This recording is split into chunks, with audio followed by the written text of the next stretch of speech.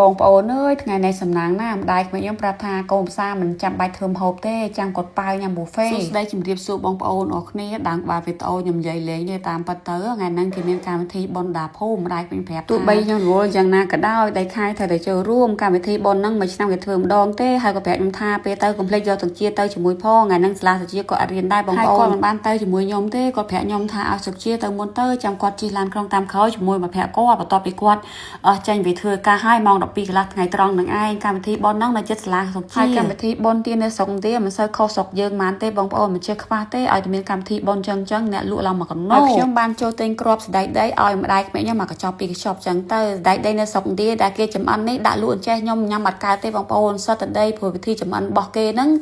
តាមខ្ញុំដឹងគេចំអិនជាមួយខ្សាច់ឧទាហរណ៍ថាគេយកខ្សាច់ទៅកម្ដៅចឹងទៅគេចាក់សណ្ដែកដីចូលក្នុងចានដែរគេរែងតាមមួយឆាច់វាឆ្អិនបាត់លឿនណាស់បងប្អូនហើយនៅស្រុកឥណ្ឌាវាជារឿងធម្មតារបស់គាត់ហើយនៅពេលយើងទិញឲ្យបានវ័យមួយក៏គេយកកតាខ្សាច់មកចាប់ជាមួយដែរព្រោះគេចង់កាត់បន្ថយថាកុំឲ្យយើងប្រើផ្លាស្ទិកច្រើនណាបងប្អូនបន្ទាប់ពីខ្ញុំបានទិញសណ្ដែកដីជូនម្ដាយក្មេកថ្លៃក៏ខ្ញុំធ្វើដំណើរបន្តដើម្បីចូលទៅខាងក្នុងទៅបួងសួងនឹងឯងមិនថាខ្ញុំមិនថាគេគ្នាទៅកន្លែងហ្នឹងហើយមនុស្សច្រើនខ្លាំងណាស់បងប្អូនកក់កុញតែម្ដងហើយទម្លាប់នៅស្រុកខ្ញុំបងប្អូនទៅណាទៅណីក្ដីឲ្យតែយើងមកក្រោយគេចឹងទៅយើងត្រូវឈរតាមលេខរៀងឬក៏ត្រង់ជួរអីចឹង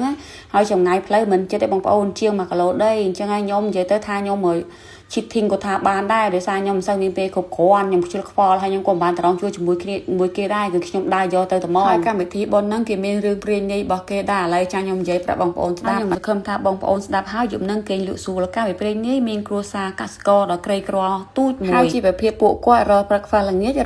ខ្វះព្រឹកមានថ្ងៃមួយរបស់គាត់ធ្លាក់ខ្លួនឈឺជាធ្ងន់អញ្ចឹងហើយប្រពន្ធនិងកូនស្រីក៏នាំគ្នាដើរចូលព្រៃដើម្បីទៅកាប់អុសលក់ហើយចែកដានអីពួកគាត់ក៏បានឃើញឈើឆ្កាងមួយក្នុងព្រៃហើយគាត់ក៏បួងសួងថាសូមព្រះប្រទានពរសូមឲ្យគ្រួសារគាត់មានសេរីរុងរឿងហើយគ្រួសារក្រីក្រមួយហ្នឹងគាត់មានកូនស្រីម្នាក់ដ៏ឆ្លាតគាត់ប្រាប់ពុកម្ដាយថាគាត់ឈប់ធ្វើកម្មករគេឬកាប់អុសលក់អីគាត់សូមទៅរកស៊ីជួញដូរវិញបើសិនអ្វីដែលគាត់គិតអ្វីដែលគាត់ធ្វើបានសម្រេចគាត់នឹងត្រឡប់មកស្រុកភូមិវិញនឹងធ្វើបុណ្យចែកទានជារៀងរាល់ឆ្នាំម្ដងដោយចែកម្ហូបអាហារឬក៏សាងសង់អាសនៈធំដើម្បីដាក់ឈើឆ្កាំងនៅក្នុងនឹងតាំងពីនោះមកបងប្អូនអ្នកស្រុកភូមិដឹងទៅនឹងតគ្នាហើយជារៀងរាល់ឆ្នាំឬជារៀងរាល់ថ្ងៃពួកគាត់តែងតែបួងសួងនៅកន្លែងនឹងមែនហើយការបួងសួងពាក្យច្រើននឹងតែបានសម្រេចឲ្យតែយើងមានចិត្តបរិសុទ្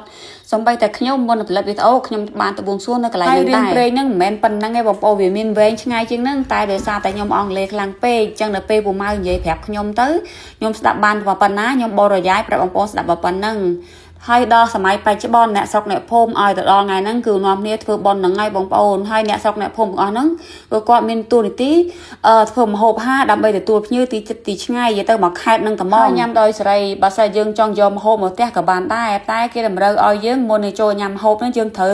ទៅបួងសួងសិនដោយឈរតម្រង់ជួរមានទៀនមួយបាច់ចឹងទៅមានផ្កាមួយកម្រងខ្ញុំរវល់តែដែរថតវីដេអូមុននឹងចូលកន្លែងហ្នឹងអត់ទាន់បានទិញផ្កាទេអញ្ចឹងហើយត្រឡប់មកវិញទិញផ្កាដើម្បីឈរតម្រង់ជួរជាមួយគេជាមួយឯងចូលទៅបួងសួងចេញមកវិញដើម្បីញ៉ាំបាយហើយម្ដាយក្មេកខ្ញុំប្រាប់ថាឲ្យខ្ញុំទៅមុនចង់បញ្ចប់ម៉ែឲ្យបងប្អូនគាត់ត្រឡប់មកវិញបាទបងប្អូននៅមានម្ដាយក្មេកកំពូលលឿនគឺលឿនមែនតាមមិនទាន់ទេលាបងប្អូនបន្តិចមកណែនាំជាមួយសាប៊ូលាងចានណាថាល្អប្រើខ្លាំងណាស់បងប្អូនគុណភាពល្អលេខ1តែម្ដងខ្ញុំដាក់តាំងតិចទេ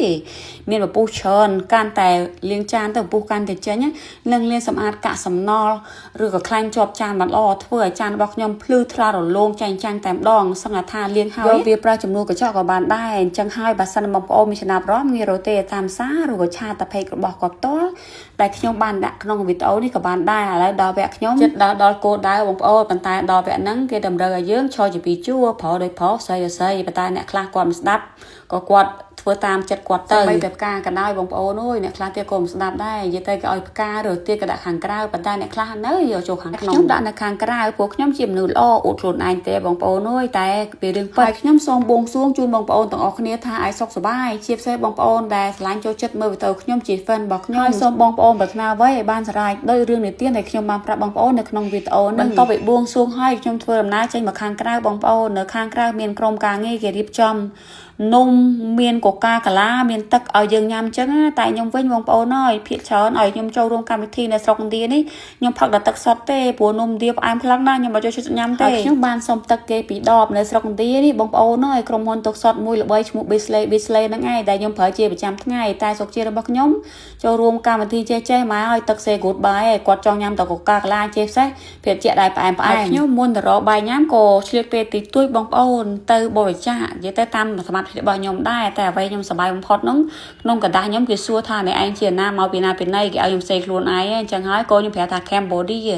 ควันแต่ลือแคมบอดี้อมโปรมันเนี่ยได้แต่เซนั่นก็สบายจัดหน้าก็ทาก็เมียงร้องแต่เลยสอกยืนได้จึงมวยครูซาก็ชนะดอกแกยมดาสมบายเกียงยามมาวงโปโน้สบายครั้งหน้ากลายนั่งยามไอกับยามเต้าเดี๋ยวมีนปวดได้ให้ในเป็นยังกับปงยามบายนั่งโปงสลังเราได้เป็นยมได้อัดเคยเต้จังบงกระทาโอพายเชียมาได้ไม่เอ็งเตยจึงมวยมาแผลกอดบาดได้บงโปนตายใจดอนเอ้ตะเกียดเคยมาได้ไม่ยมอ้อยแต่สกเชียมันเศร้าสบายเจ็บประมาณเต้ผู้ก่อนโจชุดยามใบเดียวว่าถ้าใบเดียวเขาเองเจ้าตัวกวาดเตดังง่ายบงโอนจูโดยขูชมาใช่เลยเคยได้ไม่คลายยมไม่บงโอนก่อนกับปงตาไปกับชอบนุ่มได้มาหกห้ายมมาเตะนังไอายยมเว้นดาใส่เล่าไทยเวทเอาบางยมก็มีปนังได้เอาโกนเชิญบงโอนอย่าเรียบเรีย